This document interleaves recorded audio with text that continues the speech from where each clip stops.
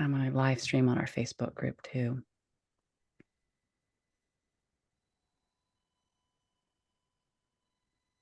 All right, I'm going to go ahead and send the feed your way. Have a great show. Thank you.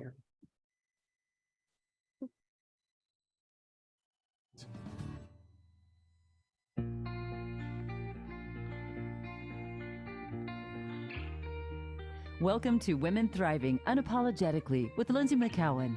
Over the next hour, you will hear raw, honest, and inspiring conversation between Lynsie and her guests, discussing how to thrive, live joyfully, and abundantly in spite of life's challenges.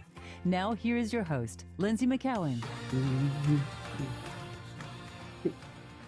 Hello and welcome to Women Thriving Unapologetically. I'm your host, Lynsie McKeown, and it's such a pleasure to be here today again with all of you. And if you've been listening for this past year, you know how we begin this show. At the beginning of every show, we take a moment to stop, pause, and breathe, pull away from the busyness of our lives, and to drop down into the sacred abode of our hearts. So if you're in a place and you feel comfortable doing so, take a moment to close your eyes and take a deep breath in through your nose, either out through your nose or through your mouth, whichever feels most resonant to you in this moment. Just connecting to that sacred flow of breath. And allow this breath to guide you down into the abode of the heart. And just feeling this breath nourish and feed your heart with each inhale. And with each exhale, just feeling the breath support the release of whatever overshadows the light of your heart, whatever impairs your ability to connect to the frequency of your heart. On today's show, we have a special guest that's going to talk to us how the frequency of our heart can really just shift our awareness, shift and empower us, can heal us, and deeply nourish us. And if you listen to our last episode with Betty Kovacs, she mentioned to us that the Sufis call the heart the organ of the soul, and it is the seat of the divine feminine. So let's take another deep breath into this sacred abode, the organ of the soul, the seat of our feminine. Another deep exhale. And then stay connected with your heart as you listen to this beautiful woman. I love this woman. Her name is Alexandra Love, and she is a spiritual coach, a meditative guide, sound healing musician, writer, and artist. She's the director and lead of Beautiful Chorus, which is the biggest selling independent vocal group in the world. And it's known as high frequency love music. And they have attracted the attention of artists like Demi Lovato, Lizzo, and India Arie. And they've all performed with each other at the 2020's Essence Festival. In 2023, we get to see the launch of Beautiful Chorus's VR project To the Moon, which I hope we have time to talk about today. It's a project that has been 3 years in the making, which is putting women and people of color on the front edge of this tech. And Alexandra has traveled the world, supporting people along their journeys for many years, performing in some of the world's largest and most renowned venues, theaters, and cathedrals. Her genuinely loving and direct approach supports the listener in taking an honest look within. As a meditative guide, her voice is a welcome tone of calm, peace, confidence, and love. Thank you so much for being here today. Thank you. Thank you so much for having me. Oh, it's such an honor. Morning. Good morning to you. Same, definitely. Yeah. So this is just perfect timing. I know back in end of April, we were due to have this conversation and certain things came up. And but I always believe that even if it's challenging in the moment, it's not what we really want or expecting to happen, that the universe is just guiding us to a more opportune time to have discussions or the experiences that we're meant to have. So I trust that today there's magic that's going to happen that could not happen back in April. It's going to be spectacular. Yes. Thank you. That's awesome. Yeah. I agree. You know, I would love to dive in. I was sitting in meditation today and thinking about spiritual awakening, because it's not happening when I'm in meditation at that moment because I'm thinking about it. And, there's a lot of talk these days. If you go scroll through people's websites or Instagram accounts, you're always hearing about people and their spiritual awakenings. And it just seems that it's becoming this common nomenclature. And for me, I would love for us to talk about what that means. And what does it actually Okay. mean for people that when they're looking and like, well, what does that mean? Is it this big event that happens, this awakening? And because it can make people feel like they're missing out on something or they're doing something wrong. Mm.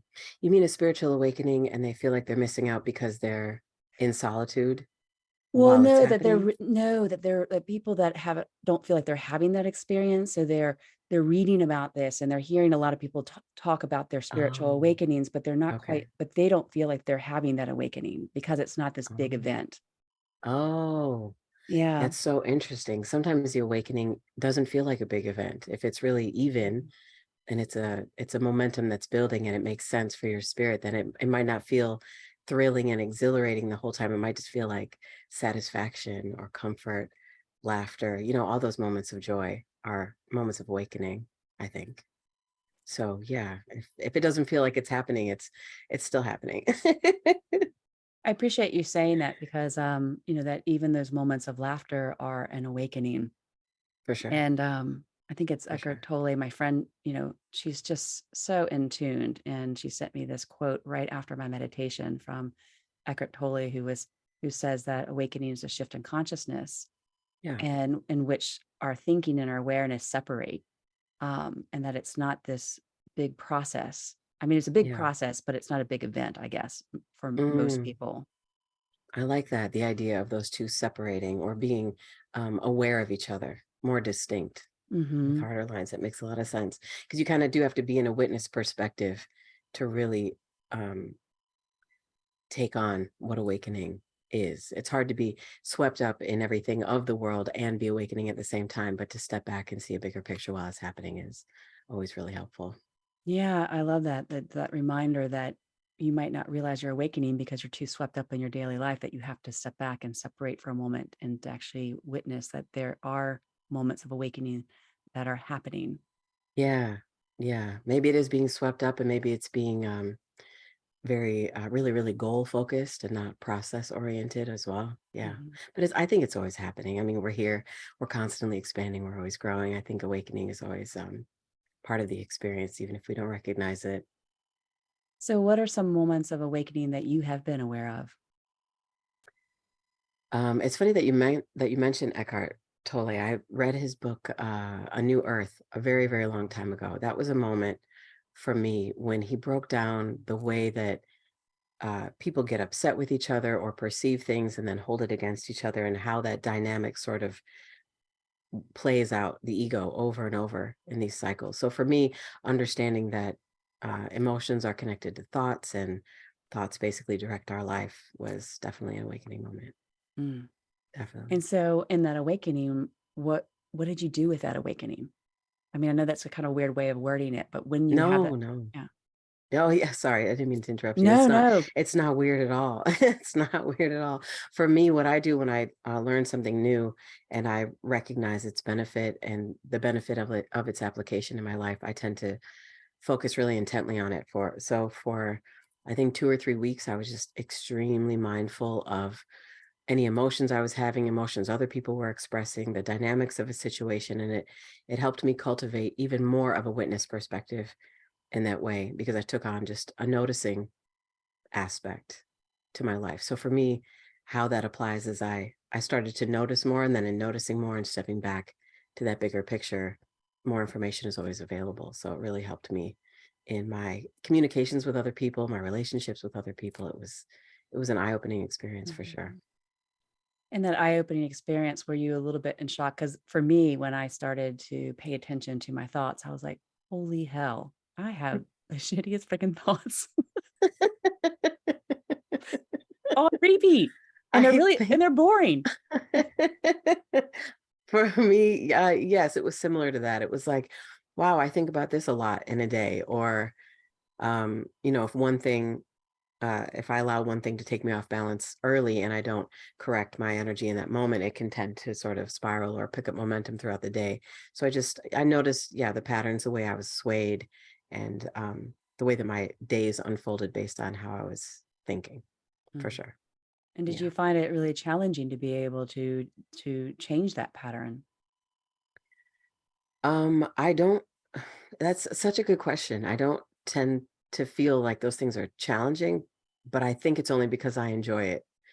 So it is a challenging experience, but I didn't feel like it was a challenge. I felt more like it was a new game, a realization that actually was really fun for me. Mm, we had completely different experiences there because I became so frustrated because I felt like no matter Sure, how yeah. hard I was trying, I was still experiencing the same thoughts and patterns.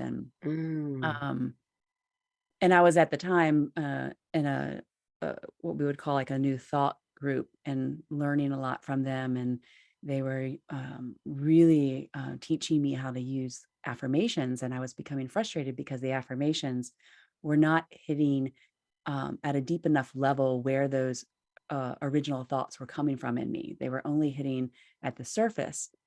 mm, So, and I know that you use a lot of affirmations in the music that you share with the world and even in your yeah. meditations on Insight Timer. And I'd love to talk a bit about the power of affirmations and how we can actually utilize them in a way that, because for me, it was making me feel it was more striking a chord with that sense that I wasn't good enough because it wasn't working. Everyone else was having these powerful Mm, shifts by using affirmations, and I right, wasn't. And then I right. felt like, oh, well, of course I'm not because I'm not good enough or I'm not doing it Sure, right or something like that. So can we talk a sure. little bit about that? Absolutely. Trying is such an interesting word. I think that in a Mhm. spiritual practice, trying can really thwart some of our focus. But what we've learned in terms of mantras is we've got to meet ourselves where we are.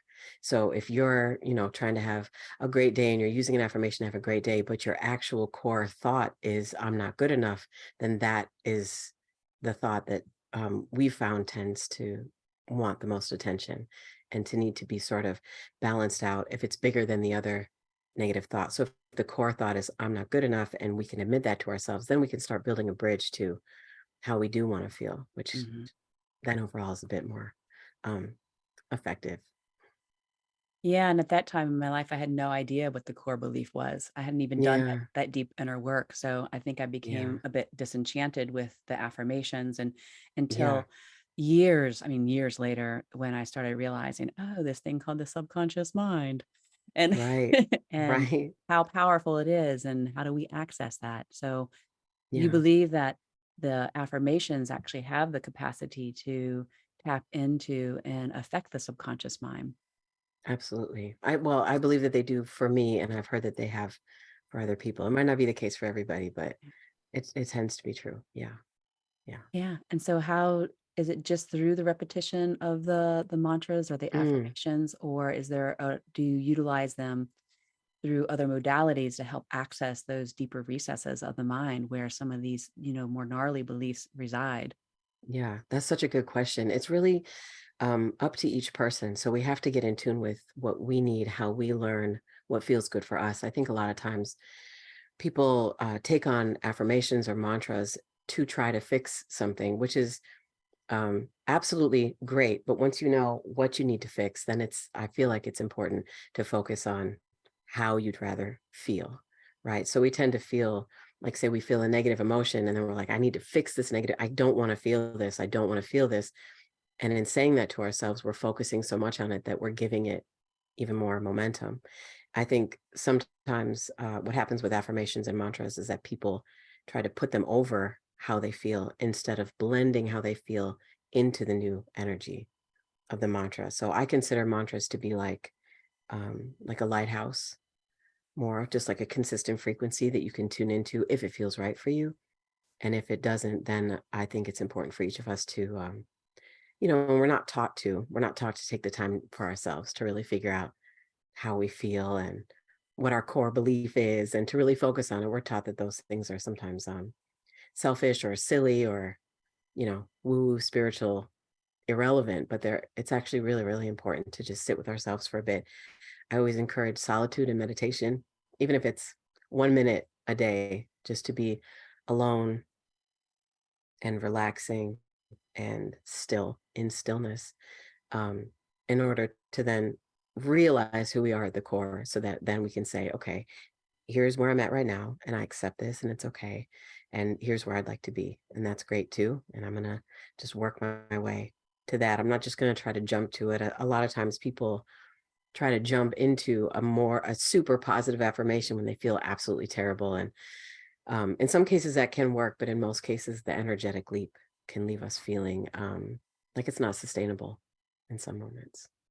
I really appreciate how you explain that. And I'm just feeling back to my younger self starting off with these affirmations and how the leap was just too big. It was Yeah. just too big. Yeah.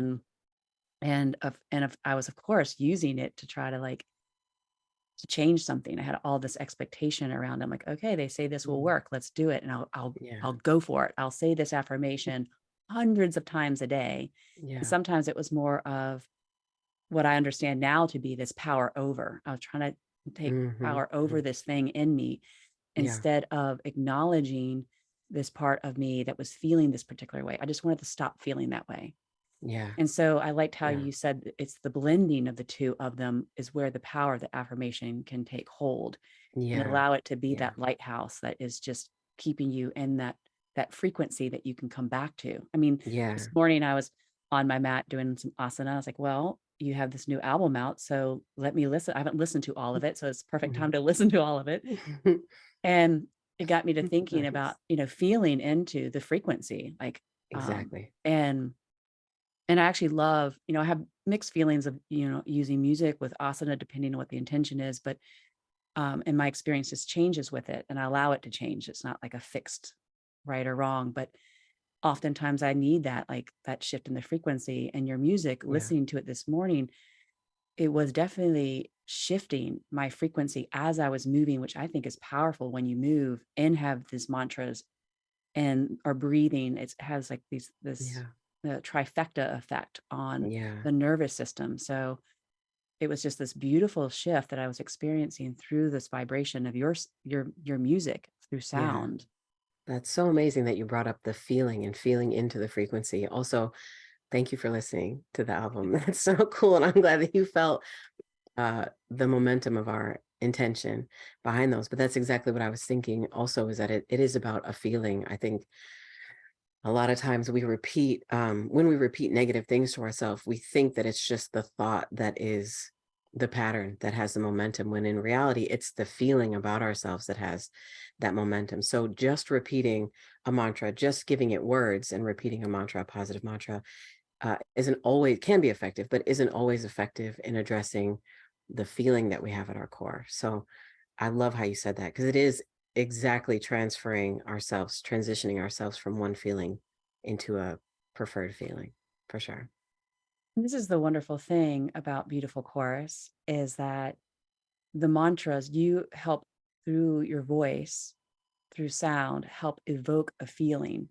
And so that we can connect to the mantras themselves and allow them to land on our hearts in a much more powerful way than just through walking around saying, okay, I am beautiful. I mean, we think of what, like one of the, your newest songs, Mhm. um, what is it? Bless Up. It says, thank you for pleasure. Thank you for peace. Thank you for love. Thank you for ease. Yeah, And, I could go about all day saying that, and I'm not connecting to gratitude at all. right, But when I right. was listening to it this morning, I was like, oh, I can actually feel that, because gratitude is a challenging emotion for me to experience and hold on to. So I Mm, need a tether of some sort to help me um, or to find that connection. And yeah, so I really enjoyed listening to the song Bless Up, and then I was thank like, you. oh, and I loved how you said, thank you for pleasure. Yeah, yeah. That's really what we hope all of our songs can inspire, is that when we're singing them, we're feeling exactly what we're singing. So we hope that it is like a lighthouse to those exact Mm. frequencies, and not just the words that can bring about those frequencies. Because you're right, there are absolutely people who could listen to it and not feel anything, but it takes being in tune with how we feel to connect with how something else is feeling as well. So that's really cool. Thank you for Yeah. that. Well, thank you. So, as I mentioned in the intro, your, Beautiful Chorus is the biggest selling independent vocal group in the world. Now that's no small thing. That's amazing. That's I don't think I huge. knew that. Well, that's what That's I so cool. read. That's So, so cool. and what I love about it is that your music isn't conventional. It's not Yeah. like what I would, classify under pop, the popular stuff. Right. Right. It's popular in certain genres, and but but it's so dedicated to this loving resonance of, and this union of the mind and the body and the heart, Yeah. and you're so dedicated to helping people shift in their vibration.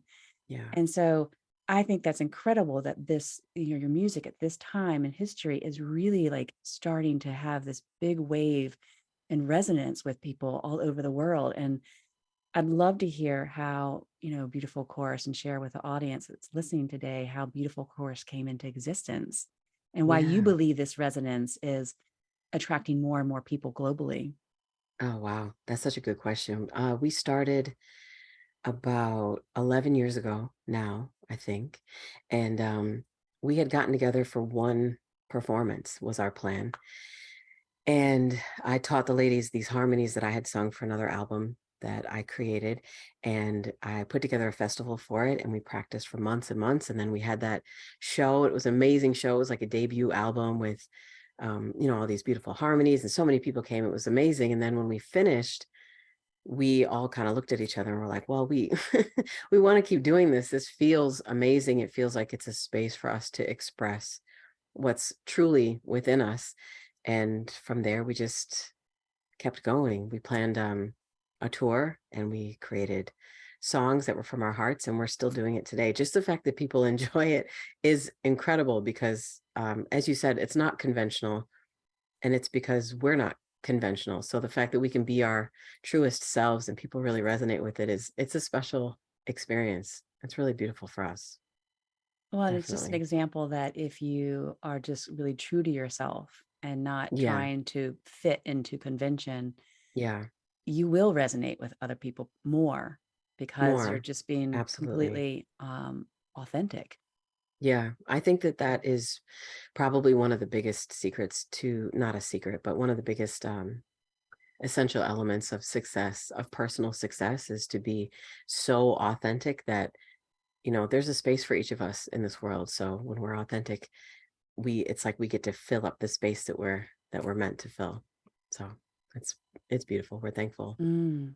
Well, I had all these other questions that feel like would be perfectly aligned with the previous question I just asked you, but that's not where I'm getting the hit to go, because when we're talking about being just really authentic, it makes me Yeah. think about your insight timer meditation.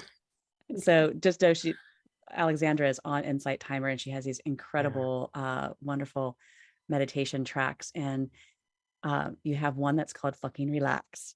Yeah. And Yeah. I'm laughing even because I'm listening. I can hear it in my head. And so, and it kind of ties into around the affirmations, because when I was first learning about affirmations, I was told like, oh, you have to be careful of the words that you say and make sure that they're in resonance with your heart, Yeah. and it's a high frequency vibration. And a lot of people think cursing is not a high frequency Yeah. vibration. And so some might question using curse words in meditation, but Sure. and that maybe they're lower vibrations, they might inhibit one's ability to connect into that spaciousness. But I have to Mm. say, I sat and I listened to this, and I was really, I've been going through a lot of difficulties this past year, especially this past 6 months, where I'm realizing how burnt out I am and how disconnected I actually feel. I feel that. Yeah. Ugh, makes I me want get to that. cry. I get that. I think it's a prevalent feeling right now in the world for sure. I think we're all burnt out, which is a very challenging experience to have. But what it inspires is so beautiful, which is that we stop doing things we feel obligated to do. We Mm. stop catering so much to other people. We stop worrying because we have to. We have to let those things go in order to not completely burn out. So I feel that. I feel that Yeah. completely. I feel that Well, completely. It's funny because that you say that, because I'm decided to step into the scary unknown, which, as a spiritual practitioner and um, teacher, and that's where we play a lot. But this is even scarier because I'm letting go of everything just to Mm. for a while, just to, because it's just everything just has felt like too much. Like, Yeah. what is my passion, or Yeah. is the passion now forced? Mm. And so it's like stepping in there. So I appreciate your words, because it feels like a little bit of a download for me to say it's okay. Oh, it's more than okay. It's so okay. It's Yeah. perfect. It's perfect. Yeah. Yeah, because it changes everything when we step away for a second, even if it's for however long it's for. Any Hmm. moment of stepping away and just feeling our own edges, our own energy, our own choices is Yeah. a divine thing. It really is. It changes everything. Yeah. A divine thing. Yeah. And it feels divinely guided for me right now as well. Yeah. So, and so just to tie back into your track, fucking relax on Insight Timer, when I was listening to it, I was like in that stuck place and taking my Yeah. practices probably a little too seriously. Mm. And it just started making me laugh. And it helped me smile. And I could feel like the Yeah. attachment to my practices starting to lessen. Yeah. And Yeah.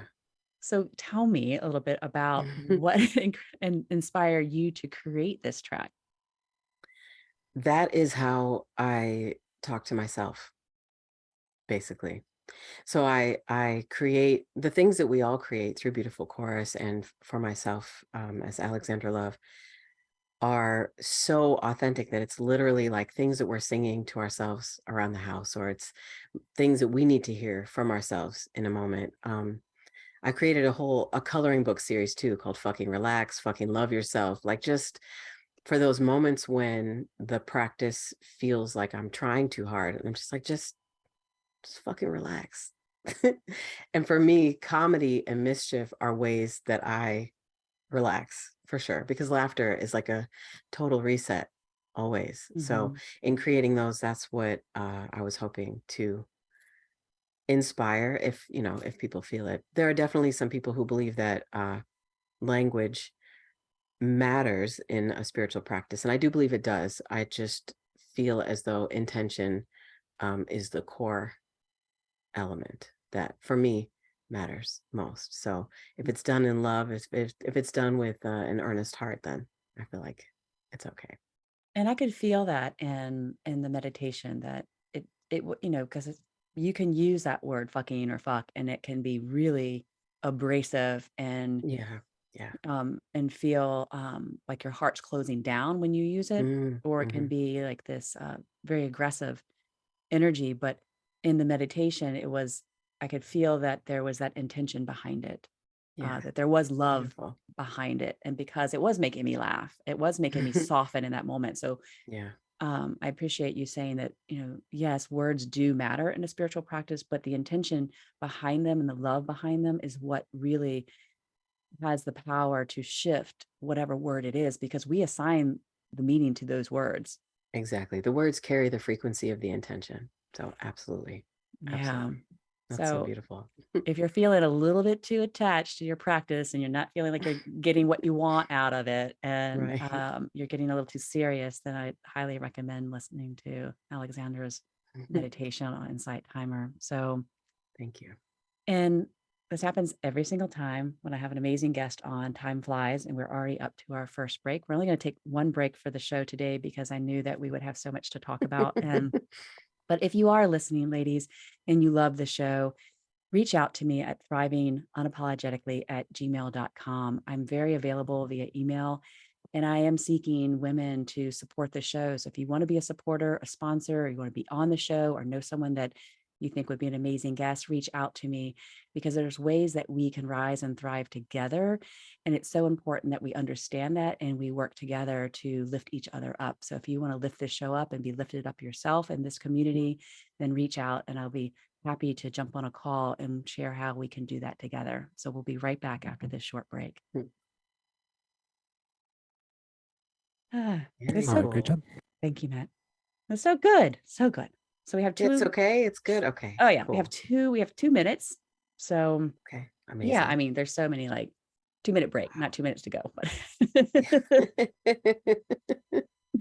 That time did fly quickly. If there's anything you like, whatever you want to ask, if you want my answers to be longer or shorter, you can just let me know. It's just no, I think, just having a conversation. And I think that's what a lot beautiful. of people that listen to the show love, is that it feels less like an interview and it's just a conversation. So, Yeah, and so if yeah. you have a question for me, I've had guests ask me questions too. So Oh, beautiful. Okay. yeah. Okay, cool. What did I just Absolutely. do? No, just kidding. No. We need more time. We need more time. No, I want it to feel like a conversation. So if you It feel does. inspired to ask me anything, then feel free. Or Beautiful. Thank you. yeah. And if there's anything that you're like, oh, I really want to talk about this, just go with it. Okay. Yeah. Beautiful. Thank you so much. You're so easy to talk to. This is a great conversation. Good. Thank you. I appreciate that. This is one of the things that inspire me, is to have these conversations. And the way this show came about is, definitely divine intervention. So Yeah. Oh, yeah. this show, this specific one. No, just Women Thriving Unapologetically just kind of came Really? in. Yeah. It was just kind Yeah. of dropped in out of nowhere. So Oh my God, it's an incredibly powerful thing to just drop in. That's awesome. You're amazing. All this, yeah. life-changing, world-altering thing just sort of happened. Yeah.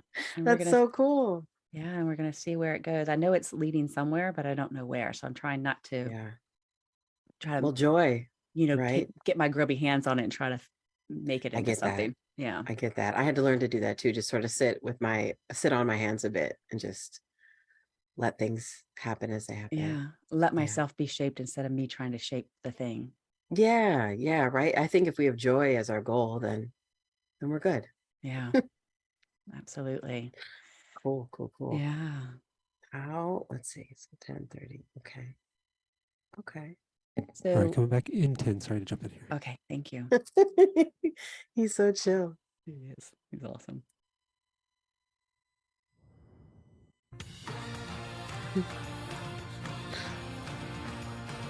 You're listening to Women Thriving Unapologetically with Lynsie McKeown. Have a question for Lynsie or her guests? Want to share your story? Email Lynsie at thrivingunapologetically@gmail.com. That's thrivingunapologetically@gmail.com. Now back to the show. Here again is Lynsie. Hello and welcome back to Women Thriving Unapologetically. We're having an incredible conversation with Alexandra Love from Beautiful Chorus. And, before the break, I had mentioned that I'm kind of been in the slow burn. I think there's moments where it's increased, where I feel like I'm in the freaking fire. And then there's other times when I'm not even aware that I'm still burning. And so I had a guest, Amelia Nagoski, who wrote the book called Burnout, The Secret to Breaking the Stress Cycle, and on the show back in May. And I had this awakening, a moment of awakening, that I was like, oh my gosh, I am in burnout, because it might be low grade, but I'm in burnout. And I'm also losing that connection to my passion and to my inspiration. I still have my vision, but there's that disconnect. And so I'd love, to hear from you, like, when, how do you stay connected to inspiration? Because you're, in my, outside perspective, of course, this is not true, that you're always creating. No, that's true. Okay. Okay. That's very true. How do you stay connected to your inspiration and that well of creativity?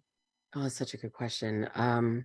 For me, what I found, it's been a dance and a finding of that balance, but what I found for me works the best, which I feel like could probably work for other people, is I had to adjust my life to do more of the things that I wanted to be doing and less of the things that I felt obligated to do or pressured to do, or like I had to do it in order to find success, or all the have tos, all the things that feel like trying, or feel like I have to motivate myself, or feel like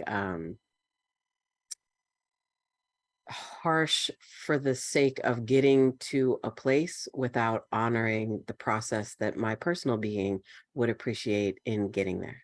So it's not doing away with discipline, and it's not a doing away with motivation, but it's like tailoring them more for me. So in a moment, if I'm like, I feel like I want to go outside, okay, I get up and I walk outside. I sort of follow my intuition more, and that keeps me in tune with my personal inspiration all the time, really. Mm. It's like the two things for me that go hand in hand. And when I don't listen to myself and I do things outside of what I really want to do, or I cater to other people or try to mitigate the experiences of other people to reduce the suffering of other people beyond what I'm currently capable of, with my mental bandwidth or emotional bandwidth at the time. Anytime I step outside of that pattern, I don't lose the connection, but it's harder to hear. Mm. It's harder to hear. I think the more I listen for the cues of other people, the harder my own cues become to hear. So for me, staying in tune with it is consistently listening to myself, consistently listening. Yeah, it's intuition and inspiration. Yeah. This is I want to say kissing cousins, but I don't think that's the right thing to say. But they are intimately intertwined and Yeah. interconnected and necessary. And what's your practices that you do to stay connected to intuition? If the intuition is what really needs to happen, staying connected to that Yeah. sounds like the precursor to staying connected to the inspiration.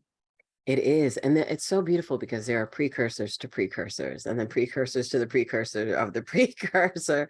So for me at this point, staying in tune with intuition is natural. But what it took for me before it was natural was figuring out the difference between the voice of my intuition and the voice and my inner voice, or the voice of authority figures from growing up. And because the voices we hear growing up tend to influence our inner voices, so I really had to distinguish, which took me back to that time when I was really mindful of my thoughts and my feelings.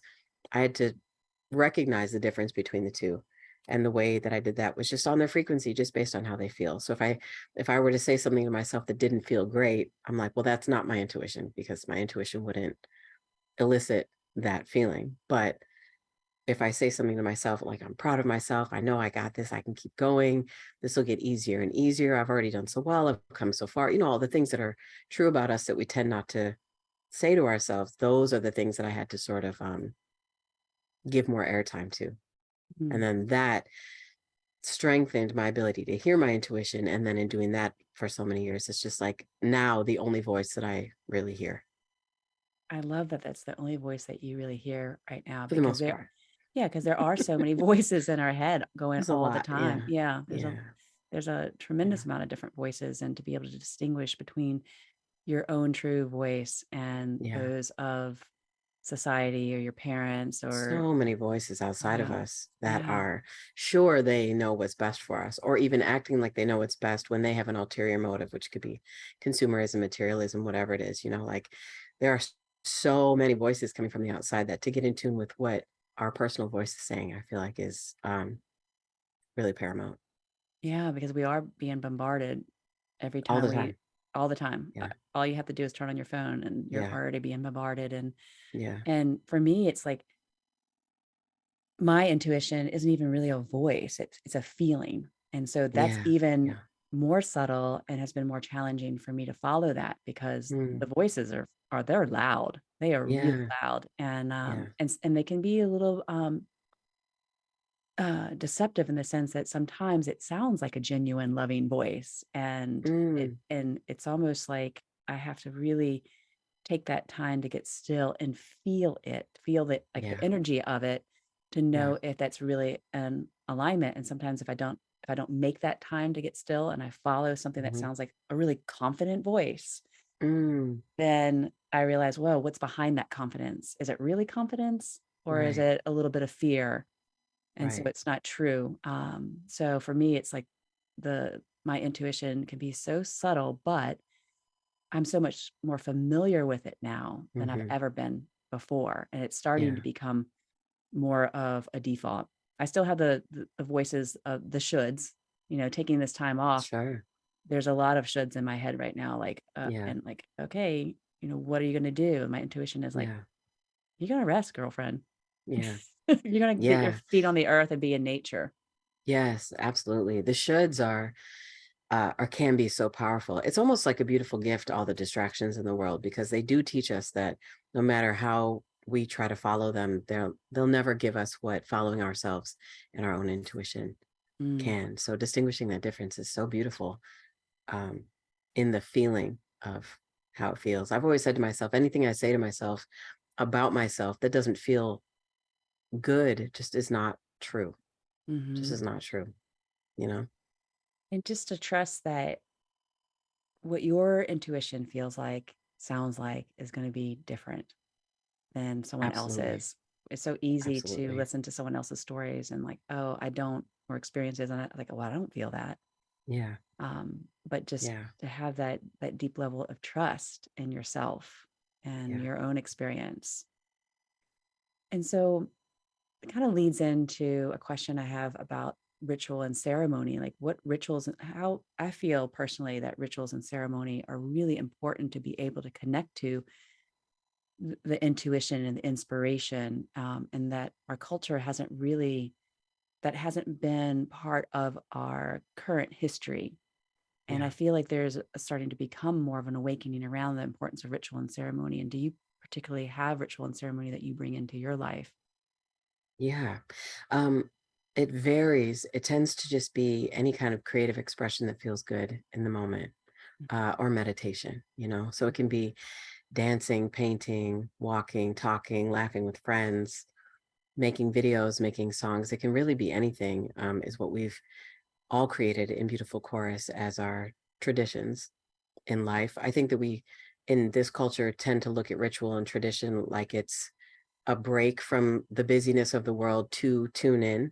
And I think that that is really beautiful. I think that there's another aspect of ritual and tradition that is that all of life is a ritual. All of life is sacred. Every single moment we are consistently creating and paying respects to ourselves or the divine or whoever, you know, the world, people we love, whoever we like. So Mm. in that respect, my whole life is a ritual in that, just in that respect. That's so beautiful. And it's easy to forget because life can be challenging and it can be Yeah. uncomfortable. Yeah. And that remembrance that life is a ritual and it's all of it is Yeah. sacred, Yeah. um, can be hard to acknowledge. I mean, it sounds great when everything's going good, but Hmm. how do you how do you accept that when life is not going good, when it's you're really being hit hard, like it went through perhaps grief, a loss Yeah. of a loved one or a job or a health crisis or all of them at once. Yeah. How does Yeah. that how do you stay connected to the sacredness of that? It's challenging to talk about because it can sound in the discussion of it like struggle and grief are being avoided. In some spiritual conversations, it can sound like people are saying, just don't feel the bad. And that's never what I'm saying. So I just want to preface with that. But I would say, for myself, that when things are challenging, the the sacredness of it is still present. So there, it's not that when things are good, life is sacred for me, and when things are not the way I want them, that life stops being sacred. For those two things are, linked, but not the same for me. So in moments of sadness, grief, heavy emotion, suffering of any kind, just for myself, I go to a place immediately of allowing myself to feel it because I think that some suffering is prolonged by us resisting it.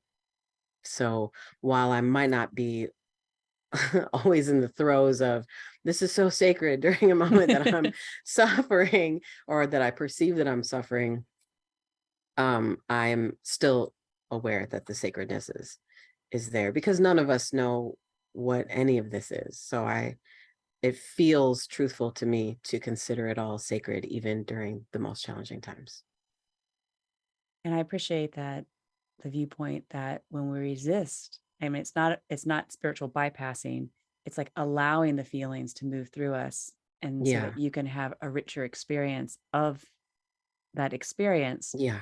which More we don't. depth. Yeah, there's Yeah. more depth, and there's and there's so much unknown, so many things that we don't know, There's so much unknown. and It's mostly unknown and in the most beautiful way because we know what we know for sure, but everything is always expanding, always shifting, always changing. So yeah, I think that's always on my mind for sure.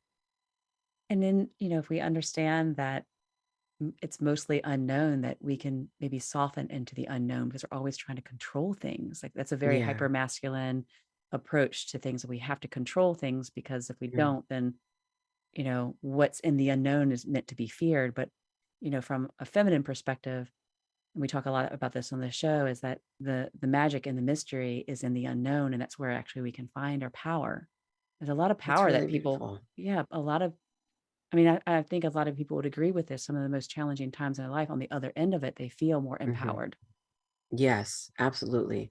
When you say hyper masculine, uh, it feels to me like hyper feminine is also very controlling. I think the hyper Hmm. version of Exactly. either of those energies sort of starts to get in controlling in different ways, for Hmm. sure. Like one is maybe more a physical control and the other is maybe more an emotional or mental grip. But I think that the balance of those two is really important. So like we know what we know and we live through that vision, through that perception. And then we're also aware that we don't know and we live also through that perception and that vision. And I think learning to ride the waves of that can be challenging, but is also where a lot of our joy can be. Yeah, absolutely. With the the hyper on any aspect of that, what we would categorize more as feminine or categorize more as masculine, I think is so. a sign that we are out of balance. Yeah, absolutely. Yeah. Just if it feels disproportionate. And it's what's beautiful about that also is that's not about how other people are perceiving you. It's not about someone telling you you're hyper masculine right now. You're doing this. It's about how we feel within is the most important Hmm. Yeah. perspective. And that can So, shift moment by moment, and how we feel now. absolutely. 10 years from now, we might be like, oh my gosh, I can't believe I was feeling that way. Because now I can see that from Right. a different perspective, that Yeah. I have a much more freedom now because I've changed my perspective from what it was then and Isn't how that I feel. incredible? I That's know. what's even what struggle and suffering tend to do too, is give us a new perspective that then is always helpful in the long run. Yeah. We think we know so much now. And then later on, we're like, "Oh, I didn't know jack shit." Yeah. Yeah. I did. I did, but I didn't. Right. It's both. Yeah. It's both. Yeah. And I want to make sure that we have some time to talk about, well, your new album, because Hmm. it's really so beautiful, and it's a little bit different than the other albums that you've put out. Yeah. And also talk about this project, To the Moon. Which one do you want to Hmm. start with? What feels like, where do you want to go? Well, To the Moon is a virtual reality project that we're creating for just a meditative practice, like a 10 to 12 minute beautiful meditative practice. And it's been such a journey creating it. It's incredible. It really is creating all the nuances of a world that is pure imagination. So we're really excited about that. Mm. And so, what types of, is it all types of meditations? Is it geared Hmm. towards specific people or experiences that they might be going through? It's based on three songs from our Goodnight Moonchild album, which is a lullaby album that we created. So this is very much a end of the day, relax, set it all down, let any energy go that you don't need, and just experience the beautiful visuals of a story that we created. Mm, Yeah. beautiful. And you are so talented at the visual arts as well. Like if you go Oh, to thank you. the Beautiful Chorus Instagram account, you do all the reels and video clips for Mhm. each of your tracks, correct? Yeah, yeah. The videos themselves are created by an amazing artist named Brett DeVos. But I am also a visual artist. Yeah, yeah. Yeah. My drawings are very intricate and based on shape, Mm. very much. And so tell us a little bit about the inspiration behind your new album, The Palace. The palace. So As the soon as I ins say that, I want to yeah. sit up tall because there's a Right. songs in it that like remind you that your body is a palace, like you are the Yeah. palace. That's really what we hope for. The idea behind the palace is something that all of us in Beautiful Chorus relate to, which is just that uh, our power, we are our power. We are our power. Our power doesn't come from people giving us permission to do things from the outside, and our power doesn't come from people's opinions of us on the outside. Our power is from within. We are literally the temples, the palace. I'm not a religious person, but I know that a lot of religious texts very much point to heaven or the divine being within. And so that's what this album is about. It's the exemplification of that, first in general, with Bless Up as like a blessing track to set the tone, and then the Palace as a reminder that we are each so sacred. And then each song after that for us is a different aspect of that dynamic empowerment. So that's what we hope people feel Yeah. from it. And then you end it with let it all go. Let it go. Let it go. Fucking relax. Fucking relax. Oh, I love that. So I've never asked this question of a guest before, but I feel inspired to Ooh, ask you. Ooh, I okay. know. Are you I'm ready here for it? for it. I love it. Okay. Yeah.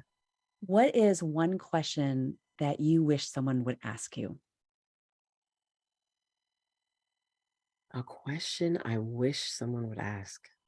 Because, when you first meet someone, you'll always ask the same questions, but what is something that you would really love for someone to ask you? Okay. If I'm being completely honest, I get more excited about people presenting what their answers are and then me presenting what my answers are, more so than myself being asked a question, if that makes Mm, sense. I enjoy the balance of people coming together with like, here's what I figured out, and here's what I figured out, and like, let's see what we can learn from each other. mm, So I guess that could be put into a question. A question that I would love to be asked then is, how should we begin? How should we begin? Yeah, more so a collaborative experience than I want to give this answer kind of a Hmm. thing. My answers are always inspired by whatever questions come up. So Mm. that would be the question.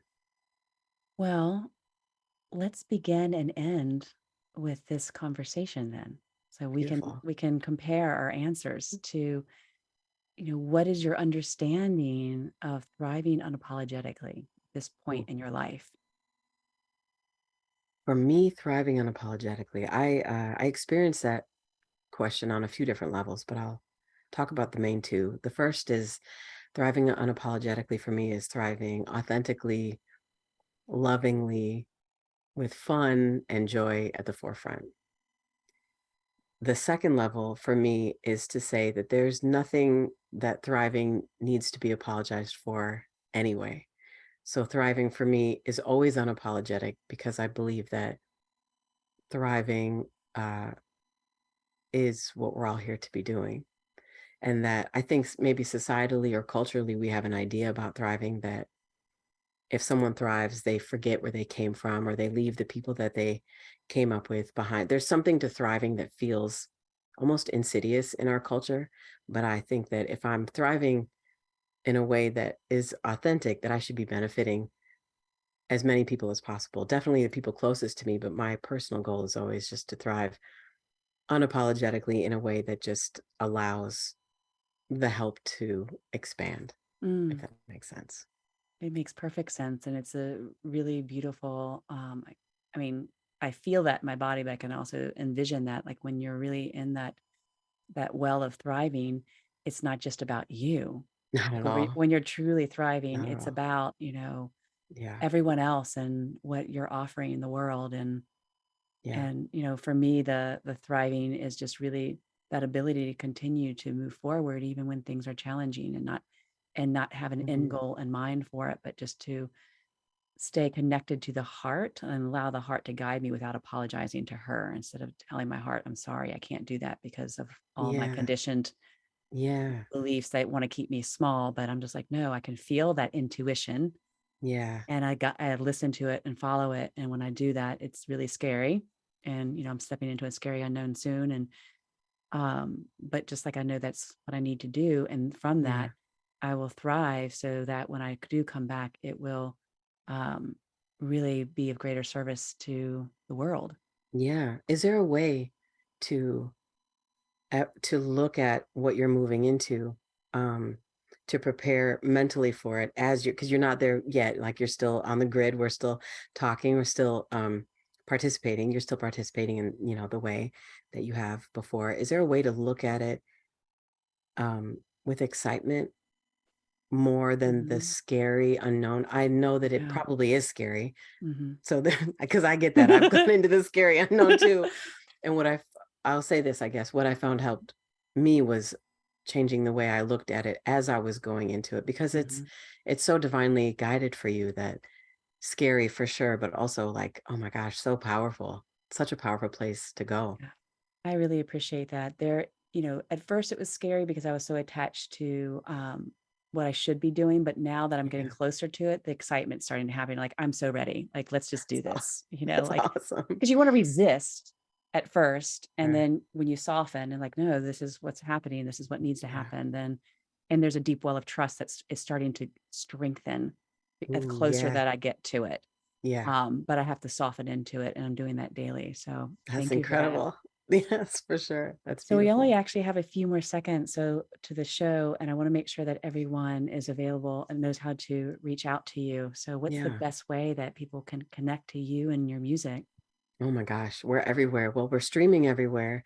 And then if you just want to go to our website, beautifulchorus.com, you can find all the links to all the things for sure. Okay. And definitely check out Alexandra's meditations on Insight Timer. They're just Yes. wonderful, and you have such a beautiful voice. And Thank thank you you. so much for representing Beautiful Chorus here today as well, and send my love to them as well. And if you're listening, be sure to tune in.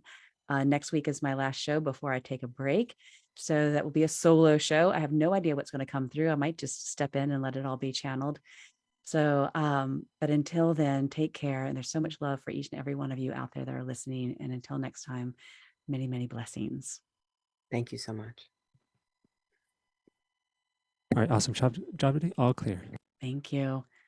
Oh, thank you Thank you. so much. Thank you. What a lovely conversation. And it was just so easy to talk to you, which is always a blessing Same. especially when you're doing live radio. Right.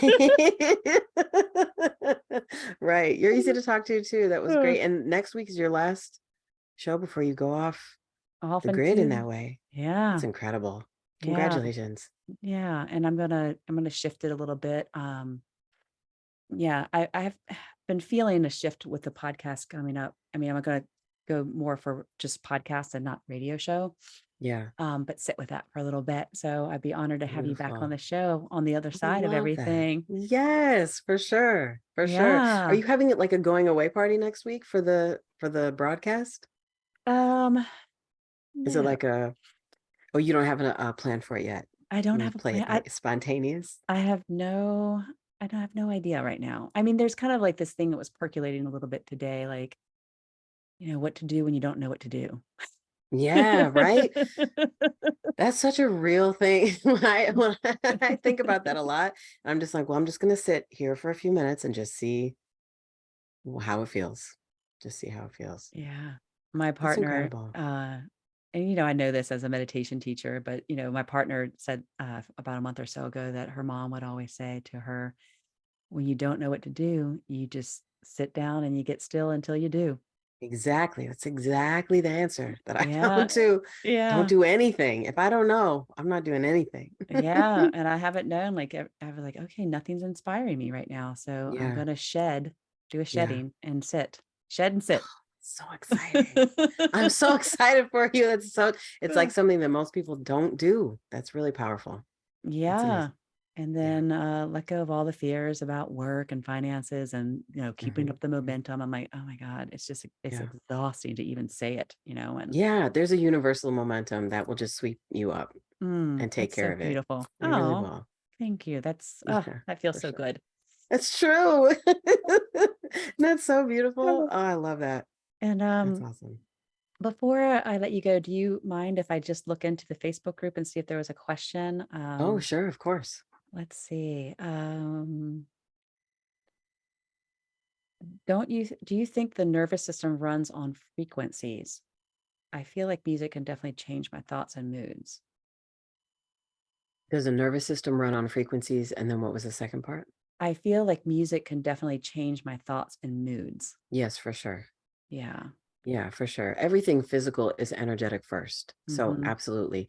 The nervous system is a physical system, but it also definitely runs on energy. It's Yeah. both. Yeah, Yeah. It's absolutely. both. And when Absolutely. you So get, whatever feels good, do that. And in this group, I'll definitely put a link to your webpage, but also some of your music, so Thank the you. ladies in the group can listen. Because for me, when I can't seem to get my thoughts, out of that shit bucket, music definitely happens. Shit bucket. Said that in Oh my my life, gosh. but The visual, that is incredible. I'm sorry. Yes, when you can't get out of the shit yeah, bucket. yeah, music will help. Beautiful. Feel free to write Beautiful. a song on that if you want to. Yeah, oh, absolutely. A mantra is coming. A mantra is coming. I mean, did you say this is dedicated to Lynsie McKeown? Right. The song is called Shit Bucket. Oh my God, I love that. Oh, and Great. yeah, and I ask all of my guests this, that if you have anyone, because I will come back, and if you know of anyone, of course I would love to have you back on the show, but if you know of anyone that Sure. you can recommend, it's really I'm leaning more into recommendations that you have, Okay. so that I do. the web I can do. just kind of expand. And my long vision is to have a resource page where people can come and really connect to the people that have been on the show and to their Yeah, resources, so that women feel really fed and nurtured. They can find what they're looking for. that's incredible. Yeah. So if you I have, do. that'd be I do. awesome. How should I send them your way? You can send them through email, would be wonderful. Okay, I perfect. mean, whatever way you feel inspired to send them, but I'll send Okay, out an email with the links. And then if you want to respond separately, that would be amazing. absolutely. Absolutely. Okay. Well, thank you so much for being here. It definitely felt very appropriate at this time to have this conversation Beautiful. with you, especially with me going into the Yeah. beautiful, exciting, exhilarating unknown. Right. Right. Yes, absolutely. Absolutely. Same. Oh, It feels perfectly timed. I appreciate you so much. And thank you for your amazing questions, and just the conversation was so easy. So thank okay. you. You're welcome. Okay. I look forward to staying in touch and seeing how our paths cross again in the future. Definitely. Thank you, Lindsay. Have a Okay. And if great there's day. ever anything I can do to help support what you do, Oh, I thank get you. great inspiration doing that Oh, rather than me. incredible. Well, okay. Well, I'm always here too. If you ever just have a divine inspiration you want to share, we're here. Okay. We're here. Great. Thank All you. right. Thanks, Okay. Lindsay. Take care. You Bye. too. Bye.